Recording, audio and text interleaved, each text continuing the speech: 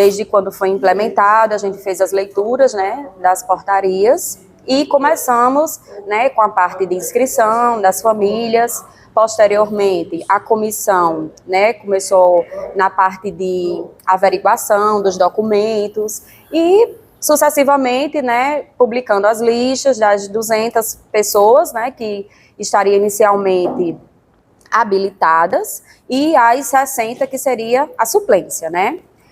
Vale ressaltar que essas 200 pessoas, como a gente sempre ficou divulgando, elas estão previamente, né, até porque a Caixa Econômica, né, que é a agência financiadora, irá fazer, né, uma peneira, né, passar por 7 sistemas, né, vale ressaltar isso, porque algumas famílias, né, acreditam que, eu estou na lista das 200, eu vou, né, conseguir a minha casa, e não é tão fácil e tão simples assim como a gente gostaria, até porque a gente sabe que o município tem esse déficit, né, habitacional, né, muita gente mora em coabitação, em aluguel, enfim, não tem um imóvel, e, infelizmente, não vai ser tão simples assim, né? Rafael, Caixa... Sobre essa questão da peneira da Caixa, vocês têm informação se já aconteceu? Não aconteceu ainda. As famílias não foram chamadas, né? O que a portaria diz é que as famílias vão ser chamadas, vai passar pelo sistema e a Caixa vai dar um parecer, apto ou não apto. A família vai ter um prazo para regularizar, dependendo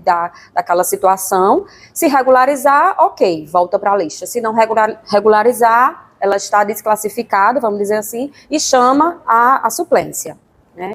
Então, esse trabalho de visita domiciliar, de consulta a sistemas, né, de CPFs, de famílias, ele ia ser feito, né? Nós, da habitação, a secretaria, ia ser feito, né? Quando ia ser feito, Rafael? Quando a Caixa desse o parecer, para que, de certa forma, a gente agilizasse o trabalho. Por quê? Vai ser feito agora, né, como a recomendação do MPF, vamos fazer tranquilamente, né, de uma forma bem tranquila, até porque, como João Braz falou, é de interesse nosso, né, é de interesse nosso aproximar a realidade da família com a realidade do programa, é interesse nosso. Só que a gente não ia fazer agora, por quê? Porque a gente queria primeiro ter o parecer da Caixa, para que a gente pudesse, você está apto, pronto, nós vamos fazer a você. Você não está apto, então a gente não vai ter o desgaste, né, porque isso envolve tempo, carro, gás, enfim. E era mais ou menos esse trabalho que a gente ia fazer, né. Rafael, ainda sobre a questão das casas, muita gente comentando, as casas elas são doadas, eu ganhei minha casa e tal, não vou ter gasto. É verdade? Como é que funciona isso? Não procede, né? As casas são financiadas. Obviamente, é um valor bem abaixo do mercado, né? Porque tem a parceria do ente público, né? Então, são casas financiadas, são 60 prestações, 5 anos, né?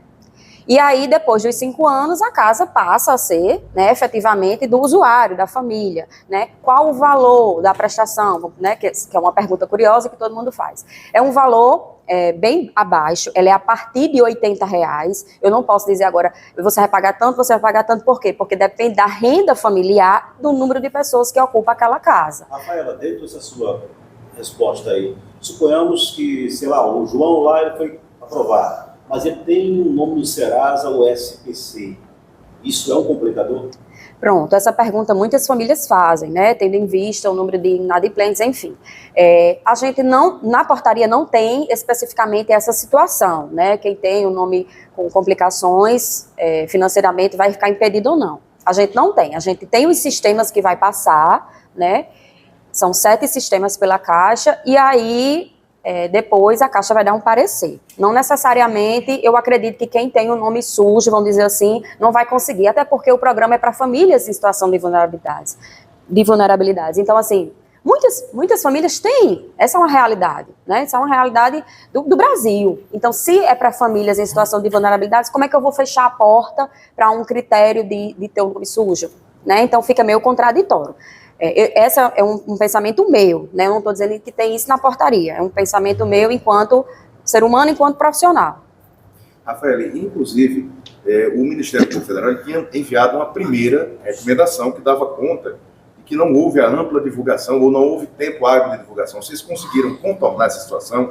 Foi possível responder a essa primeira demanda do Ministério Público?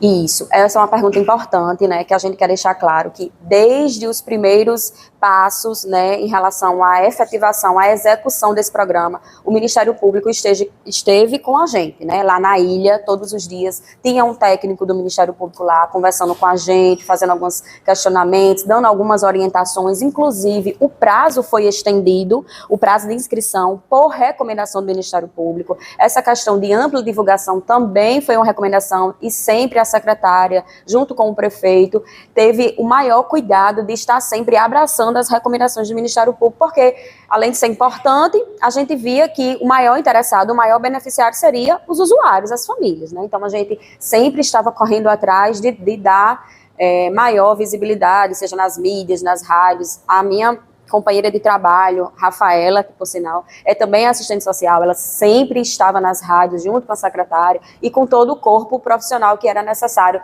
para tirar dúvidas, inclusive no período de inscrição tinha muita gente tirando dúvidas de documentação e enfim, a gente sempre estava querendo atender ao máximo de usuários que tinham interesse em participar.